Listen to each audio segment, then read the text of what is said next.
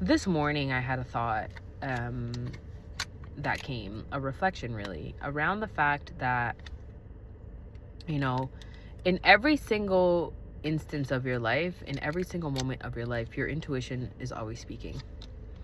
Your intuition is always there. But the thing is, your intuition is not loud. Your intuition is quiet. She's sure. There's a softness to her. And when you've lived your life through a lot of survival, one thing survival isn't is quiet. Survival is loud.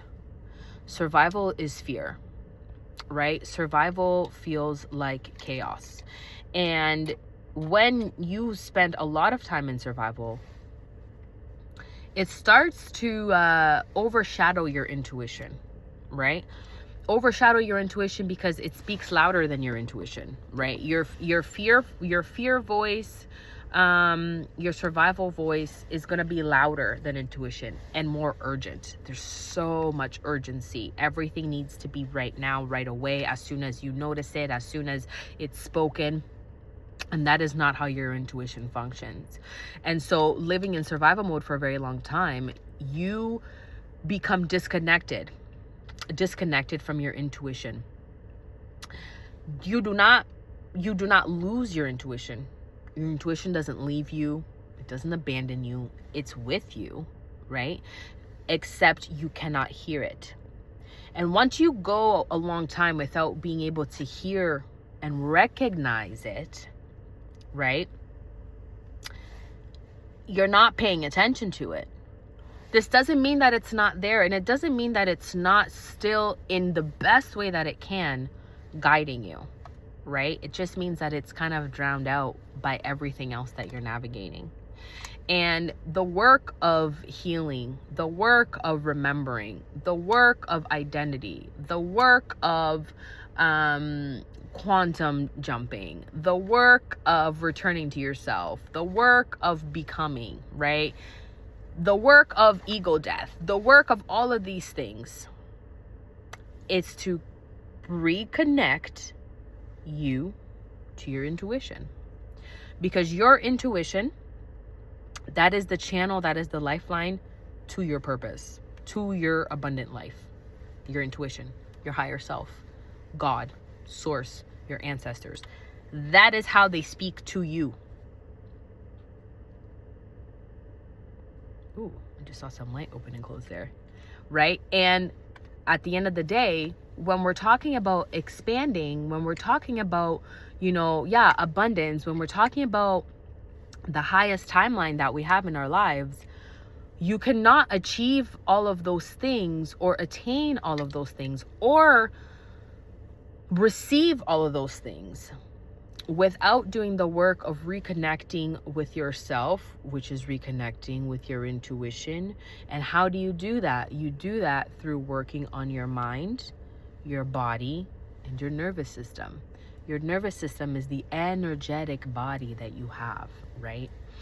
Yeah, there's a physical component to it, but what your nervous system really does is it's receiving energy, communication, and it's also communicating outwardly. So the job is to really focus and work on that, okay? And when we talk about regulating your nervous system, we're not talking about creating a perfect environment or perfect circumstances, ever. And it's really important to recognize that, because when you're coming from a place of a lot of survival, the tendency is to just shoot off to the very opposite spectrum, which is like this perfection, like nothing is wrong, everything is fine, like there is no room for discomfort. And I understand why you'd want that, right? Because once you start to understand and realize that, hey, I actually don't have to live in this state, you're like, whoa, I want to go to the complete opposite of where I was at. I want to live in the state of bliss. But here is the thing about regulating your nervous system, grounding your nervous system, softening your nervous system. We cannot eliminate stress, because stress in itself is a part of life.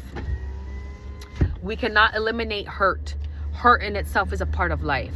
But what we are doing is we're expanding our energetic body, our nervous system's ability to sit within those uncomfortable states, right? Or uncomfortable feelings or whatever it is. From a place of, I can sit through this because I know that this is temporary. I can sit through this because I know that there's something here for me to learn. I can sit through this because I've sat through much worse. And I can sit through this because I know it is going to pass. It doesn't mean that we're putting ourselves in these situations, but it means when these situations come into our lives, as they naturally do through this human experience, that we are looking at a different bag of skills than what we were doing before. We are not flighting, we are not flighting, we are not freezing, and we are not fawning, right? We are looking and building different skills to see us through. And at the core of it, regulating your nervous system is really expanding it so that it has a higher threshold of maybe what feels uncomfortable, right? Of like that discomfort. And what does that look like? Where before you had a hard time having difficult conversations or hard conversations because your energetic body, your nervous system, felt like those conversations were a threat to you. So it ignites one of the survival strategies, right? Maybe it's fight. You just start fighting. You're not even talking about the issue, but you're going to fight about something to avoid addressing the issue, right? Maybe it's flighting. You are going to completely ignore the issue, right? Or it's freezing. Or it's fawning, where now you're people pleasing, right? You're not even being honest or vulnerable about what it is that's actually bothering you at the core. You're just kind of going to go along with it because you're like, this is the safest route to maintain the connection, right? You are expanding your nervous system's ability to sit through discomfort while being connected to your intuition and yourself, so you don't abandon yourself. You are teaching and expanding your nervous system so that you can articulate and communicate, I don't like this. I don't appreciate that. This is my limit, right? You're also expanding your nervous system so that you can start to not only really think, but start to believe that more is possible for you. More in love, right? More in health, more in wealth. There's so many people that are out here just talking about their financial well-being, right? And that makes sense because finances, at the core of it, that's really stability, right? So many people are looking to have a sense of stability because there's a belief that once you have this financial stability set in place, that all these other things in your life will become easier. And it'd be great if it was that simple. But what ends up happening is there's also people that find this financial stability and certain things change, but maybe their communication is still the same. Maybe their relationships are still the same. They have access to more things, right? Maybe, and this is the other thing too. You can have money, you can make money and not have a nervous system that feels safe. You can make money in survival. Many people are making money in survival, right? But what we're talking about when it comes to abundance, we're not just talking about wealth and money. Money is a 3D byproduct. It's a great byproduct, okay? And it's there to enhance our lives, not to save our lives. The work comes in when you are working with yourself.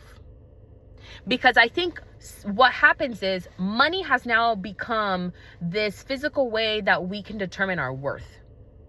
The physical way that we can determine our value and what we have access to. Right? And again, it's an important thing to have. But the way that many of us go about thinking about money, the stories about money, and the way we're making money It's actually exacerbating an already dysregulated and survival-based nervous system. That's why there's so many people that are constantly working, even when we can look on the outside and be like, oh, like relax, like you've made it to a good, they're not in a place where they're like, yeah, I've made it to a place where I can be still and like really just enjoy, because they're still running on survival. Hustle hard, survival, right?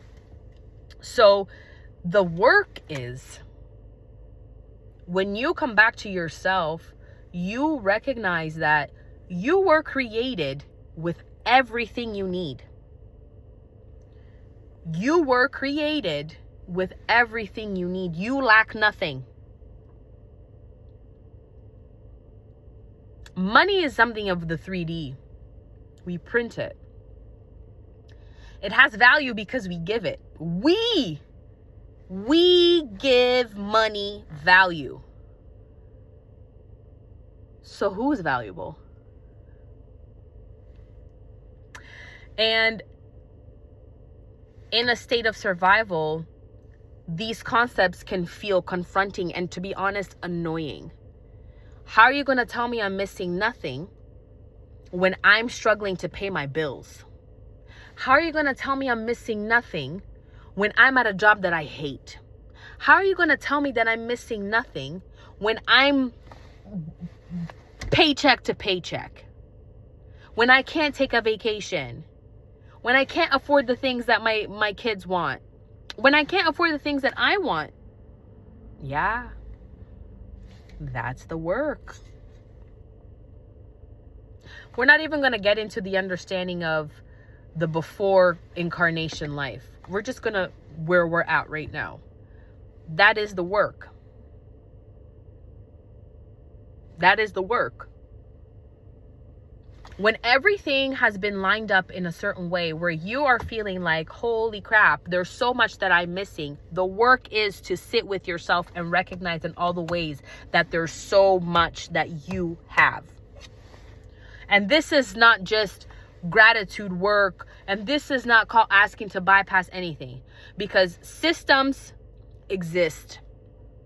Historical context exists. Oppression exists. All of these things are existing, and yet you are still not missing anything. If you were invaluable, if you had no value, there wouldn't be systems and people in place trying to make you believe that you are not valuable.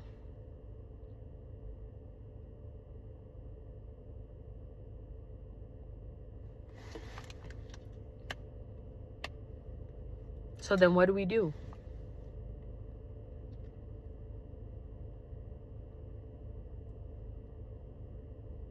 What do we do?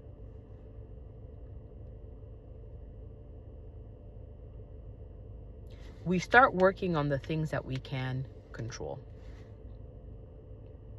And we start building a practice where we give ourselves the space to grieve. Grieve the injustices. Grieve the fact that there is a lack of equity. Grieve your childhood. Grieve the current state of your life. And we're going to grieve it because we're leaving it behind. The how is where a lot of us get tripped up on, and we need to create space. Because the how a lot of the times is not our business. Because the other thing that can happen in survival is something that I've noticed. A lot of the nations, or a lot of the communities and groups of people that have been colonized have something in common. Religion. Organized religion. Right? Catholicism, Christianity. Catholicism is a big one. And when we look at how it all plays out, right? It's like God is our savior. God save me. Right in that statement, you're rendering yourself powerless.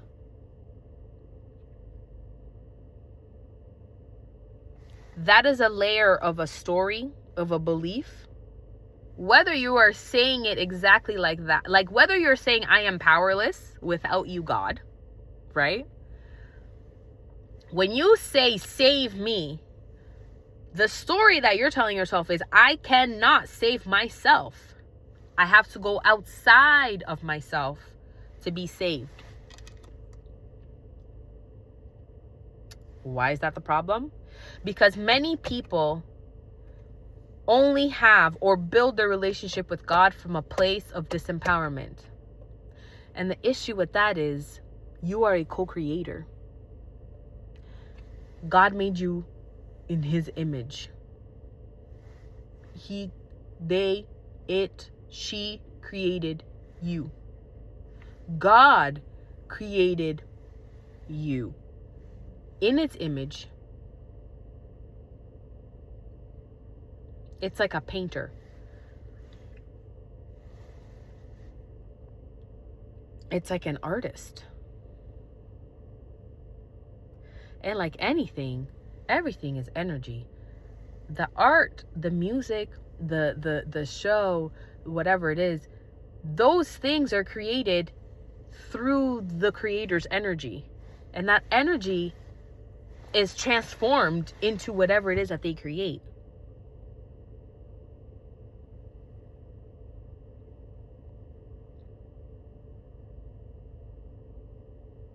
Jesus is your brother. Jesus is your brother. That's a conversation for a different time. That's okay. But Jesus is your brother. In what way? In the way that Jesus was actually sent to show you all your powers. All your superpowers. You are Jesus. How does that land in your body? Probably somebody out there right now just having a whoa, the blasphemy. Nah.